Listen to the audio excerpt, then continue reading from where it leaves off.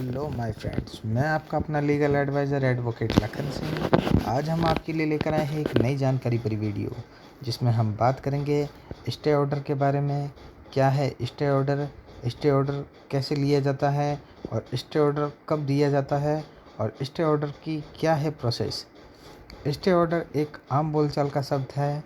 कानूनी रूप में इसका नाम अस्थायी निषेधाज्ञा या फिर स्थगन आदेश है। यह न्यायालय द्वारा दिया हुआ है। ऐसा आदेश होता है जो किसी कार्रवाई को त्वरित रूप से रोक देता है और ऐसा आदेश एक निश्चित समय के लिए होता है। परंतु यदि न्यायाधीश द्वारा ऐसे आदेश को दिए जाते समय अनिश्चित समय का उल्लेख नहीं किया गया है, तब यह आदेश 6 माह के लिए होता है।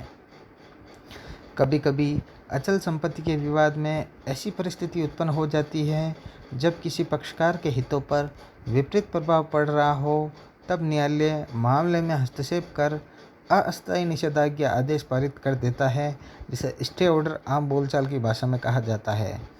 जैसे कि किसी व्यक्ति के खेत पर किसी कानूनी प्रक्रिया को बताकर कब्जा किया जा रहा है, तब वह व्यक्ति उस कब्जे के विरुद्ध प्राथमिक स्तर पर न्यायालय में कोई वाद संस्कृत करता है। ऐसे वाद को संस्कृत किए जाने के बाद यदि संबंधित पक्षकार खेत पर अवैध कब्जा करने आ खड़ा हुआ है, तब पीड़ित पक्षकार उच्चतर स्तर के न्यायालय में, जहां जिला न्यायालय और उच्चतम न्यायालय भी शामिल है, ऐसी अस्थायी निषेधाज्ञा के लिए परिवाद प्रस्तुत कर सकता है तथा न्यायालय से निवेदन कर सकता है कि उसके मामले में स्थगन आदेश पारित किया जाए। किस कानून के तहत? इस प्रकार का स्टे ऑर्डर सिविल प्रक्रिया संहिता के आदेश 39 और नियम 1 और 2 के तहत प्रस्तुत किया जाता है। इस आदेश के 39 के अंतर्गत इस बात का उल्लेख किया गया है कि यदि कोई पहले से ही चल रहे मुकदमे में या फिर नए लाए गए मुकदमे में ऐसी परिस्थिति उत्पन्न हो गई है कि जिस व्यक्ति के पास कब्जा है उस व्यक्ति से कब्जा छीना जा रहा है, अवैध कब्जा प्राप्त किया जा रहा है या उसकी भूमि में घुसपैठ की जा रही है, तब वह व्यक्ति जिला न्यायालय और उच्च न्यायालय दोनों में से ही इस प्रकार के स्टे ऑर्डर के लिए एप्लीकेशन लगा सकता है। न्यायालय इस एप्लीकेशन के प्राप्त होने पर मामले की गंभीरता को देखकर शीघ्र से शीघ्र सुनवाई करती है। यदि कोई मामला अत्यधिक गंभीर है तो उस मामले में 102 दिन के भीतर ही सुनवाई हो जाती है, पर कोई मामला अधिक गंभीर नहीं है तब ऐसी सुनवाई 15 से 20 दिनों के भीतर की जाती है। दोनों ही पक्षकार को न्यायालय में उपस्थित होकर एक दूसरे के तथ्यों से न्यायालय को अवगत करना होता है। कभी कभी न्यायालय केवल पीड़ित पक्षकार को ही सुनती है और दूसरे पक्षकार को एक्स पार्टी कर देती है। इस प्रकार एक्स पार्टी करके मामले में आदेश पारित कर दिया जाता है। दोनों ही पक्षकार को सुनने के बाद न्यायालय कब्जे से संबंधित सबूतों को देखती है, वाद से संबंधित सबूतों को देखती है, उसके बाद अपना आदेश पारित करती है। यह आवश्यक नहीं है कि न्यायालय हर मामले में ही स्टे ऑर्डर प्रदान कर देता है।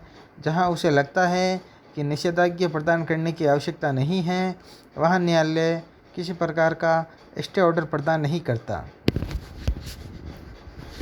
स्टे ऑर्डर लेने के लिए भी सबूत प्रस्तुत करने होते हैं और न्यायालय में यह साबित करना होता है कि यदि किसी मकान पर किसी व्यक्ति द्वारा कब्जा किया जा रहा है तो ऐसा कब्जा अवैध है और जिस व्यक्ति ने स्टे ऑर्डर के लिए निवेदन किया है उस व्यक्ति को यह साबित करना होगा कि उसके पास पूर्व से मकान पर कब्जा है और किस नाते उसका कब्जा वैध है।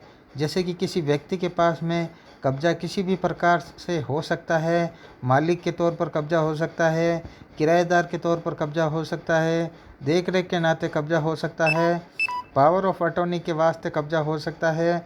तब उसके कब्जेदार को यह साबित करना होता है कि उसका कब्जा किस नाते है और कब से वह संपत्ति पर है।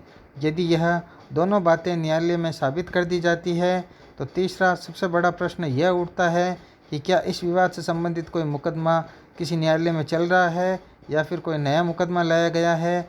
इन दो ही परिस्थितियों में स्टे ऑर्डर पारित किया जाता है, जब कोई मुकदमा किसी न्यायालय में चल रहा हो या फिर कोई नया मुकदमा न्यायालय में लाया गया हो। इस बात को प्रस्तुत करने के बाद वह न्यायालय से स्टे ऑर्डर प्राप्त कर सकता है।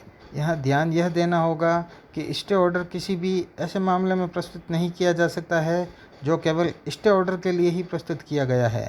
न्यायालय में जो मुकदमा चल रहे होते हैं उनके भीतर ही स्टे ऑर्डर प्रदान किया जाता है। स्टे ऑर्डर का पालन।